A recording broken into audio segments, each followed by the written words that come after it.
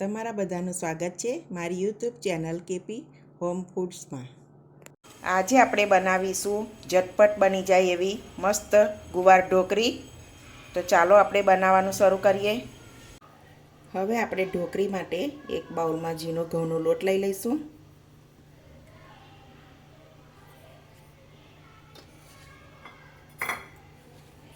થોડો અજમો લઈ લઈશું મસળીને।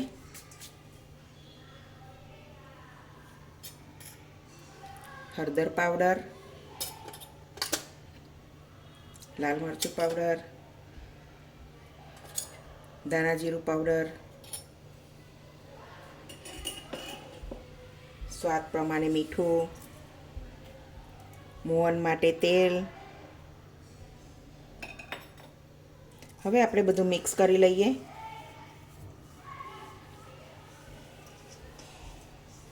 बधा मसालावाळो लोट बांधवानो। अहींया थोड़ुं थोड़ुं पाणी नाखीने लोट बांधी लऊं। लोट बांधी लईए। लोट बહુ ઢીલો નહીં અને કઠણ પણ નહીં એવો બાંધવાનો। ભાખરી જેવો આપણે નાના નાના ચોરસ ટુકડા કરવાના છે।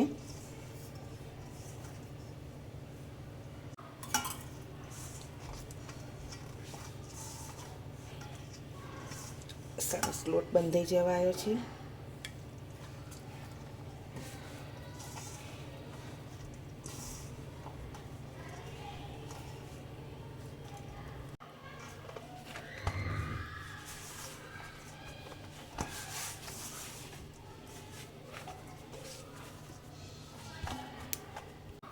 લોટ બંધાઈ ગયો છે। આપણે એને થોડી વાર રહેવા દઈશું, 10-15 મિનિટ જેવું। અહીંયા મેં એવો થોડો ગુવાર લઈ લીધો છે। હવે એને ધોઈને નાના નાના ટુકડા કરી લઈશું। તો ગુવારના નાના ટુકડા કરી લીધા। ટામેટાના પણ કરી લીધા છે। અહીંયા મેં 5-6 કરી લસણ લીધું છે। હવે એને ખાડી લઈશ ખાયણીમાં।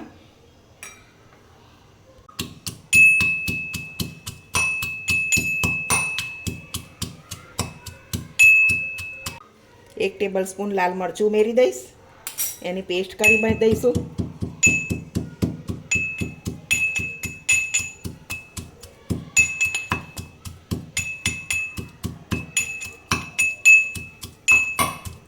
तो बनी गई है पेस्ट। हवे मैं अहींया झटपट बनावा माटे एक कूकर लई लीधुं छे।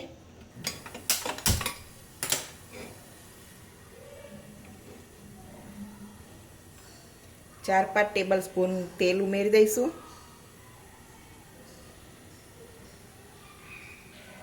तेल गरम थवा दईए। तेल गरम थई गयुं।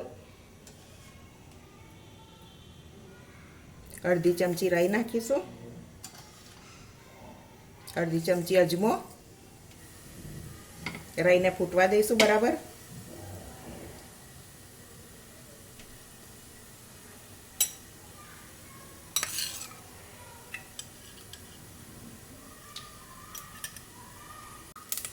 राई सरस फूटी गई है। एमां आपणे लसणनी पेस्ट बनावी थी ए उमेरी दईशुं।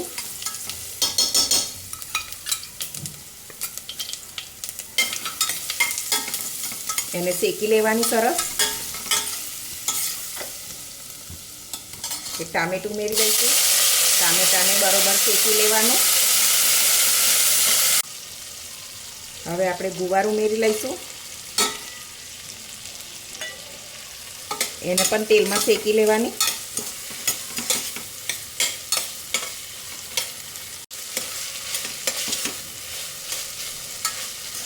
સરસ શેકાઈ ગયું છે। તો હું અહીંયા થોડી હળદર નાખીશ। સ્વાદ પ્રમાણે મીઠું।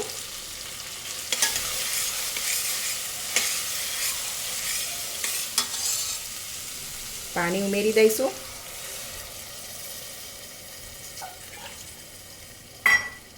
2 ग्लास पानी उमेरी दईए।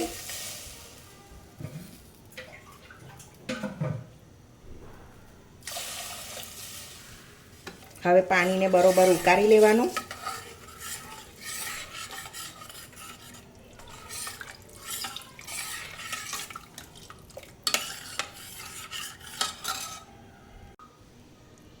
सरस पानी उकारवा मूकी दीधुं छे।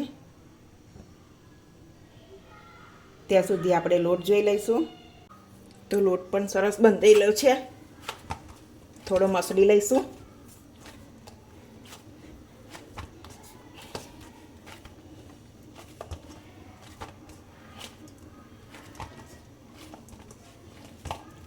થોડો હાથમાં લઈ લઈશું. મોટી મોટી ભાખરી વણી લેવાની.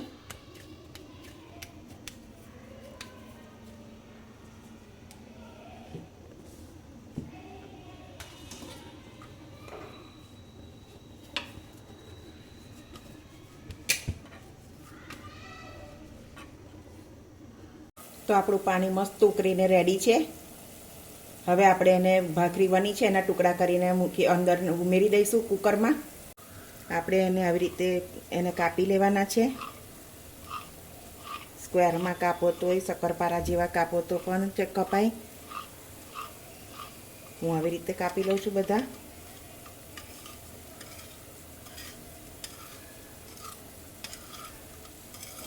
હવે આપણે ઉમેરી દઈશું.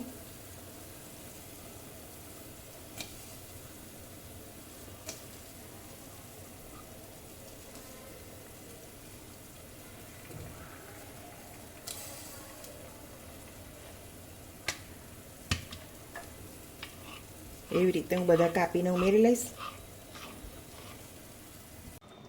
તો બધી ઢોકળી અંદર ઉમેરી લીધી છે. હવે એને આપણે કુકરમાં 3 વિસલ કરી લઈશું.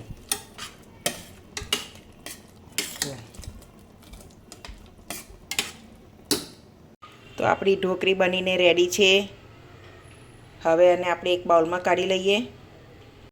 જો તમને આ મારી રેસીપી ગમી હોય તો વિડીયોને લાઈક કરજો, સબસ્ક્રાઈબ કરજો અને તમારા મિત્રોને શેર કરજો. તો હવે મળીશું બીજી રેસીપીમાં. ત્યાં સુધી બધાને જય સ્વામિનારાયણ.